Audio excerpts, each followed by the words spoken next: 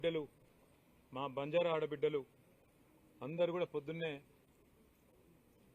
హైదరాబాద్ దాకా వచ్చి అన్న కేసీఆర్ గారి పార్టీ తెలంగాణ కోసం పెట్టిన పార్టీ 24 ఏళ్లు పూర్తి చేసుకొని 25వ సంవత్సరంలో అడుగు పెడుతున్న సందర్భంగా మీకోసం మా వంతుగా ఉడతా భక్తిగా మీరు మాకు మా కష్టంలో అండగున్నారు, మీ కష్టంలో మేముంటామని చెప్పి పొద్దున్నే వచ్చి తలా 1000 రూపాయలు వేసుకొని 1 లక్ష రూపాయల చెక్కు నా చేతికిచ్చి ఇది మా తరపున మీ పార్టీకి ఒక విరాళంగా ఇస్తున్నాం అని చెప్పి పొద్దున వచ్చినప్పుడు నిజంగా గుండె నిండా సంతోషం అనిపించింది. ఎందుకంటే వాళ్ళు పడ్డ కష్టం మామూలు కష్టం కాదు. 40 మందిని రైతులను, అందులో గిరిజనులు ఉన్నారు, ఎస్సీలు ఉన్నారు, బీసీలు ఉన్నారు, అందరూ ఉన్నారు, ఓసీలు కూడా ఉన్నారు, అందరూ ఉన్నారు. 40 మందిని జైల్లో పెట్టి పూర్తి స్థాయిలో వారిని చిత్రహింసలు చేసి ఒక మనిషి ఎన్ని రకాలుగా శారీరకంగా చిత్రవదలు చేసే అవకాశం ఉంటుందో అన్ని రకాలు చేసి ఆఖరికి హిరియా నాయక్కు ఛాతీలో నొప్పి వస్తుంది, గుండె నొప్పేమో సార్ అంటే పశువును గుంజుకపోయినట్టు బేడీలేసి తీసుకుపోయి ఆఖరికి మంచం మీద కూడా నికృష్టమైన ఈ ప్రభుత్వం మంచం మీద కూడా సంఖ్యలతో బంధించింది. ఇవన్నీ చూసిన తర్వాత వాళ్ళు పడ్డ బాధ, ముఖ్యంగా మా ఆడబిడ్డలు భర్తలేమో కేసుల భయానికి అటు ఇటు చెల్లా చెదురైంది. ఎందుకంటే ఎవరి మీద పడితే వాళ్ళ మీద ఇష్టం వచ్చిన కేసులు.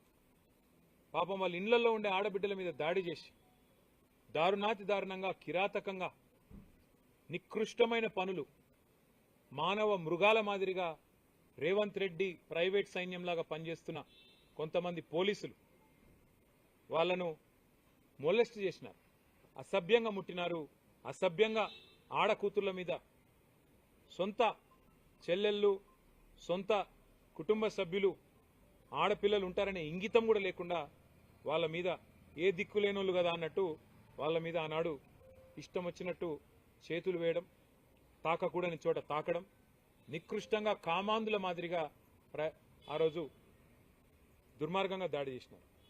ఇవన్నీ చూసిన తర్వాత గుండె రగిలి మా నాయకుడు, మా సోదరుడు నరేందర్ రెడ్డి అప్పుడు జైల్లో ఉన్నాడు, ఆయన కూడా 37 రోజులు జైల్లో పెట్టింది.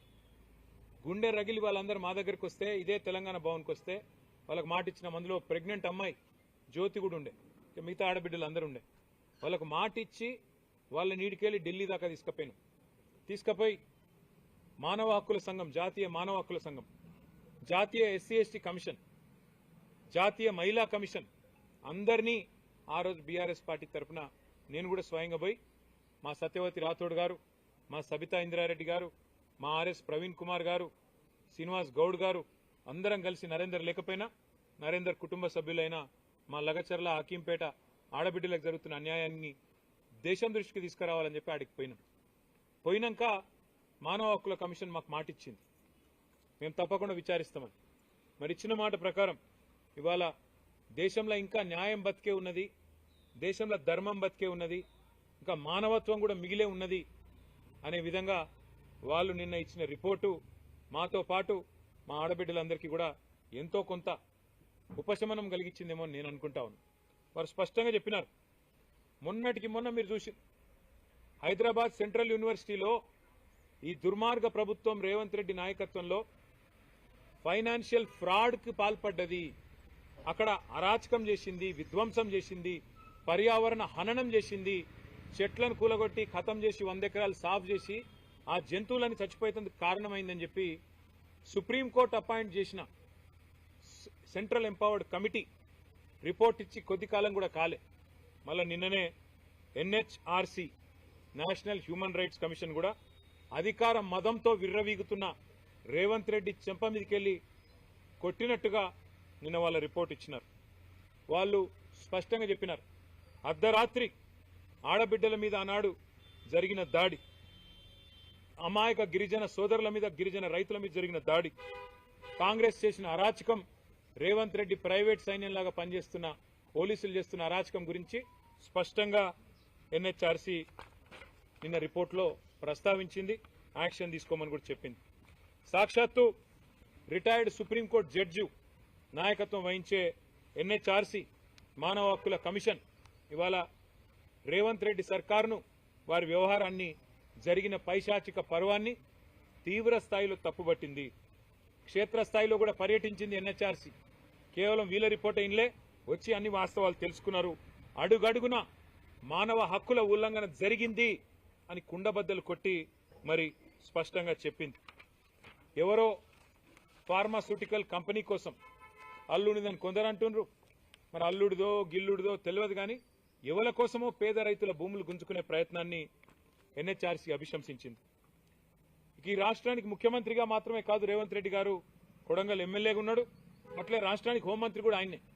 మరి పోలీసులు చేసిన ఈ దౌర్జన్యం ఆయన 3 రకాలుగా బాధ్యత తీసుకోవాలి. స్థానిక ఎమ్మెల్యేగా సిగ్గుపడాలి స్థానిక పోలీసుల దౌర్జన్యానికి. రాష్ట్ర హోంమంత్రిగా నిజంగా సిగ్గు ఇజ్జత్ ఉంటే ముక్కు నేలకు రాయాలి. రాష్ట్ర ముఖ్యమంత్రిగా నీకు సిగ్గుంటే రాజీనామా చేయాలి ఎన్హెచ్ఆర్సీ చెప్పిన తర్వాత. ఇవాళ ఇందులో స్పష్టంగా ఎన్హెచ్ఆర్సీ రిపోర్ట్, ఇది నా కవిత్వం కాదు, ఇది ఎన్హెచ్ఆర్సీ రిపోర్ట్. మరి మీడియా కూడా ఎందుకో కానీ ఇది పెద్దగా రాయలేదు, ఒక్కరు తప్ప పెద్దగా ఎవరు రాయలేదు. అందులో ఎంత స్పష్టంగా చెప్పిండ్రంటే ఎన్హెచ్ఆర్సీ నివేదికలో నేను కొద్దిగా చదివి వినిపించే ప్రయత్నం చేస్తా. During the spot enquiry few villagers stated their family members or themselves were allegedly assaulted or molested by police team. మా మీద దాడి జరిగింది, సెక్షువల్ గా హరాస్మెంట్ జరిగింది అని చెప్పి డైరెక్ట్ గా ఎన్హెచ్ఆర్సీ బృందానికి ఇక్కడ ఉండే మా సోదరులు చెప్పినారు. పేరు నేను చెప్పను. ఒక అమ్మాయి 22 ఏళ్లు. She alleged that police had molested with her mother in law during the raid. నన్నే కాదు మా అత్తను కూడా మరి శారీరకంగా ఇబ్బంది పెట్టినారు అని ఒక ఆడబిడ్డ చెప్పిందంటే నిజంగా ఈ దేశంలో ఏ ఆడ కూతురు అన్నది చెప్తుందా నా మీద ఇట్లా అఘాయిత్యానికి పాల్పడ్డరు అని జరగకుండా అబద్ధం చెప్తుందా? మన దేశం ఎటువంటి దేశం? ఆడపిల్లలు ధైర్యంగా ముందుకొచ్చి చెప్తారా ఇసుంటి? అంటే ఎంత దౌర్జన్యంగా, ఎంత దౌర్భాగ్యంగా, ఎంత కిరాతకంగా, ఎంత పాశవికంగా రేవంత్ రెడ్డి ప్రభుత్వం ఉన్నదో దీన్ని బట్టే చెప్పొచ్చు. ఇంకొక అమ్మాయి షీ అలిజెడ్, పేర్లు నేను కావాలని ఒమిట్ చేస్తున్నా, alleged that police have assaulted her during the raid and she sustained injury on her left thigh. నా ఎడమ తొడ మీద దెబ్బ తాకింది. తొడల మీద కొడతారండి ఆడపిల్లల్ని? ఇదేనా ప్రభుత్వాలు వ్యవహరించాల్సిన పద్ధతి? అట్లాగే the villagers who were arrested at night were beaten up at the police station Parigi and were also threatened not to speak about the beating in front of magistrate. పిచ్చ కొట్టుడు కొట్టడమే కాకుండా అరెస్ట్ చేసి పరిగి పోలీస్ స్టేషన్లో magistrate ముందు చెప్తే మళ్ళా కొడతాం, మీ ఇంటోళ్ళని తీసుకొచ్చి కొడతాం అని బెదిరించిన మాట వాస్తవం అని చెప్పి ఎన్హెచ్ఆర్సీ చెప్పింది. Villagers were kept in PS Parigi whereas it is not mentioned in GD entry. అంటే ఇల్లీగల్ గా పరిగి పోలీస్ స్టేషన్ లో పెట్టి కొట్టినారు అని చెప్పి అది ఎంట్రీ కూడా లేదు బుక్స్ లో అని చెప్పి కూడా ఎన్హెచ్ఆర్సీ చెప్తున్నది. Many people were neither at the spot nor went to any protest and their land is also not affected due to this project yet police have arrested such people. ఆ రోజు ఆ ఘటన జరిగినప్పుడు అక్కడ లేకపోయినా, భూములు పోకపోయినా, ఆ సంబంధం లేని రైతులను కూడా వీళ్ళు పట్టుకొచ్చినారు, కొట్టినారు అని చెప్పి కూడా ఎన్హెచ్ఆర్సీ చెప్పింది. ఇంకా దారుణంగా కొన్ని మాటలు వారు ప్రస్తావించినారు. They were subjected to physical torture and were threatened not to disclose it before the judicial officer. అంటే 3rd డిగ్రీ టార్చర్ పెట్టి, శారీరకంగా చిత్ర హింసలు పెట్టి మీరు మళ్ళా జడ్జి ముంగట చెప్తే ఇంకా కొడతామని చెప్పి కూడా బెదిరించినారని చెప్తా ఉన్నారు. Order of land acquisition was indeed issued by government agencies.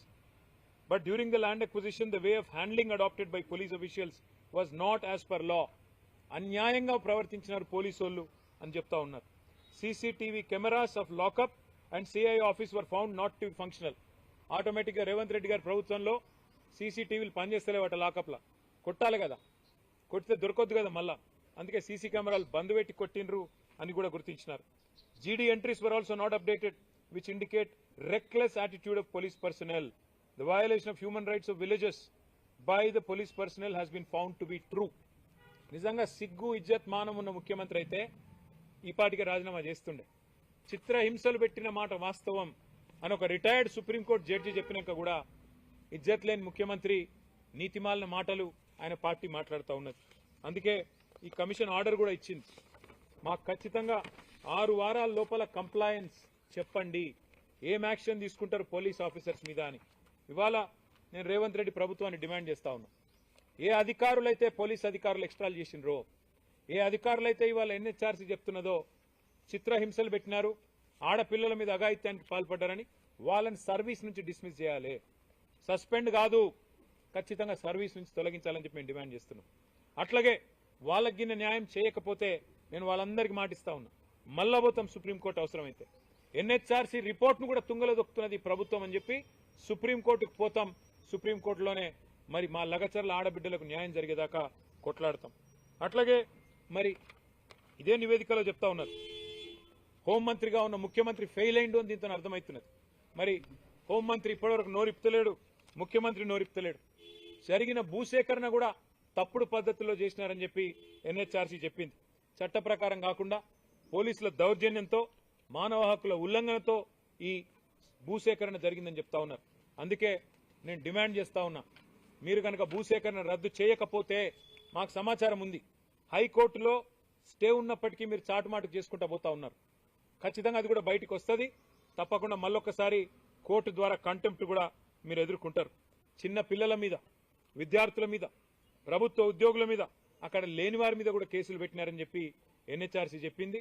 మరి ఇప్పటికైనా మా ఆరోపణలన్నీ వాస్తవాలు, మేము చెప్పిన ప్రతి మాట వాస్తవం అని చెప్పి, బీఆర్ఎస్ చేసిన వాదన వాస్తవం అని చెప్పి ఎన్హెచ్ఆర్సీ ఏదైతే నివేదిక ఇచ్చిందో దానికి నేను ఎన్హెచ్ఆర్సీకి కూడా నేను ధన్యవాదాలు తెలియజేస్తా ఉన్నా.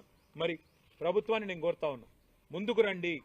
నిజంగా రేవంత్ రెడ్డి పాత్ర లేకపోతే, తిరుపతి రెడ్డి పాత్ర లేకపోతే, ఏ పోలీస్ అధికారులు ఓవర్ యాక్షన్ చేసినరో వాళ్ళని వెంటనే సర్వీస్కి వెళ్ళి డిస్మిస్ చేయండి.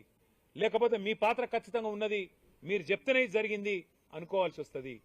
తప్పకుండా మీరు కనుక చర్య తీసుకోకపోతే 6 వారాల్లో మరి సిఎస్కు డీజీపీకి ఆదేశం ఇచ్చింది ఎన్హెచ్ఆర్సీ.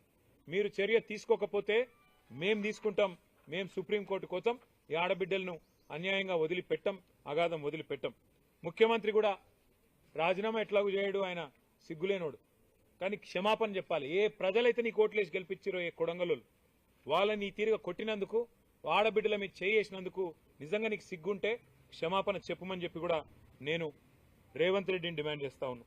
అట్లాగే ఇంకా కూడా వేధిస్తా ఉన్నారని తెలిసింది, ఇంకా కూడా బెదిరిస్తుండ్రట, ఇంకా కూడా పోలీసు వాళ్ళు వస్తుండ్రట, ఇంకా కూడా అధికారులు ఓవర్ యాక్షన్ చేస్తుండ్రట. వాళ్ళందరికీ నేను చెప్తున్నా, ఎవడెవడైతే ఓవర్ యాక్షన్ చేస్తుండో 3 ఏళ్లలో మా గవర్నమెంట్ వస్తుంది, రాసి పెట్టుకుంటాం. మీ ఓవర్ యాక్షన్లు, మీ అతిలు రిటైర్ అయిపోతే కూడా నేను మళ్ళీ చెప్తున్నా, ఎక్కడున్నా పట్టుకొస్తాం. తప్పకుండా హిసాబ్ కితాబ్ మొత్తం కూడా మేం చేస్తాం. ఎందుకంటే ఈ స్థాయిలో సుప్రీంకోర్టు చెప్పినాక, సుప్రీంకోర్టు రిటైర్డ్ జడ్జి ద్వారా ఎన్హెచ్ఆర్సీ చెప్పినాక కూడా మీరు ఓవర్ యాక్షన్ చేస్తే, హైకోర్టు స్టే ఉండగా కూడా రేవంత్ రెడ్డి ఆడిచ్చినట్టు ఆడితే మేము కూడా తప్పకుండా మీ పద్ధతిలోనే జవాబు చెప్పాల్సి వస్తుంది, గుర్తుపెట్టుకోమని చెప్పి కూడా అధికారులను నేను కోరుతా ఉన్నా. మరి బీఆర్ఎస్ పార్టీ లగచర్ల బాధితులకు గతంలో అండగా ఉంది, మొన్న అండగా ఉంది, ఈ రోజు అండగా ఉంది, రేపు కూడా వాళ్ళకి న్యాయం జరిగేదాకా అండగా ఉంటాం, నిలదీస్తూనే ఉంటాం. ఈ ప్రభుత్వానికి బుద్ధి వచ్చేదాకా కూడా కొట్లాడుతూనే ఉంటామని చెప్పి కూడా మీ అందరికి కూడా తెలియజేస్తూ, మరి ఆడబిడ్డలందరూ కూడా ప్రత్యేకంగా మాకు పార్టీకి విరాళం ఇచ్చినందుకు, ఇంత కష్టంలో కూడా మీరు మా గురించి ఆలోచించినందుకు మీ అందరికి కూడా చేతులు జోడించి హృదయపూర్వకంగా నమస్కారం, ధన్యవాదాలు. Thank you.